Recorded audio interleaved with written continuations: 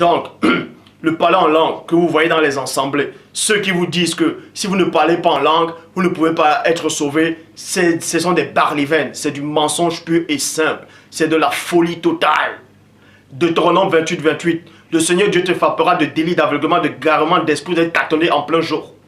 Le parler en langue, le charabia, le shababalagala, n'existe pas. C'est-à-dire, ça veut rien dire, c'est le charabia. C'est le charabia. Le vrai parler en langue biblique, c'est les parler en langue des autres nations. C'est les langues humaines. Mais c'est le Saint-Esprit qui vous donne cette capacité surnaturelle de vous exprimer avec des langues que vous n'avez jamais apprises avec vos cerveaux humains. C'est vrai que quand vous parlez peut-être le russe, vous n'avez jamais appris le russe, vous mettez à parler le russe, c'est pas la puissance de l'Esprit de Dieu, par votre esprit, que vous sortez ça de votre bouche. Mais votre cerveau qui n'a jamais appris le russe reste stérile, inactif.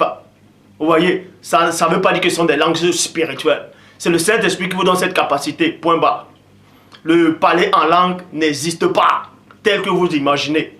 Donc, tous ceux qui disent que le signe qui montre qu'on est baptisé du Saint-Esprit, c'est le parler en langue, c'est complètement faux. C'est complètement faux. C'est complètement faux. C'est complètement faux. Paul de Tarse, quand il était baptisé du Saint-Esprit, c'est-à-dire quand on lui a imposé les mains, le baptême du Saint-Esprit, on l'a baptisé du Saint-Esprit à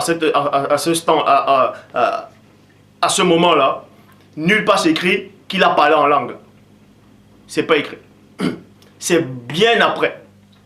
C'est bien après que Paul avait la capacité de parler en langue. Plus c'est déjà c'est quelqu'un qui était beaucoup instruit. Il apprenait beaucoup de langues. La preuve, quand il s'est mis à parler le grec, le tribunal a dit, mais tu connais le grec? Il était surpris. Là, tu passes cet Égyptien là. Tu connais le grec? Et Paul y parlait plusieurs langues.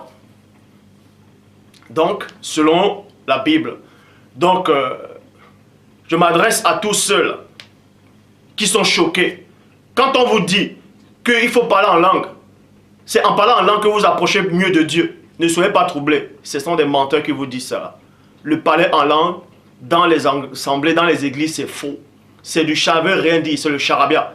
Je le dis encore, je le répète et je suis bien placé pour le savoir. Ce sont des démons qui parlent.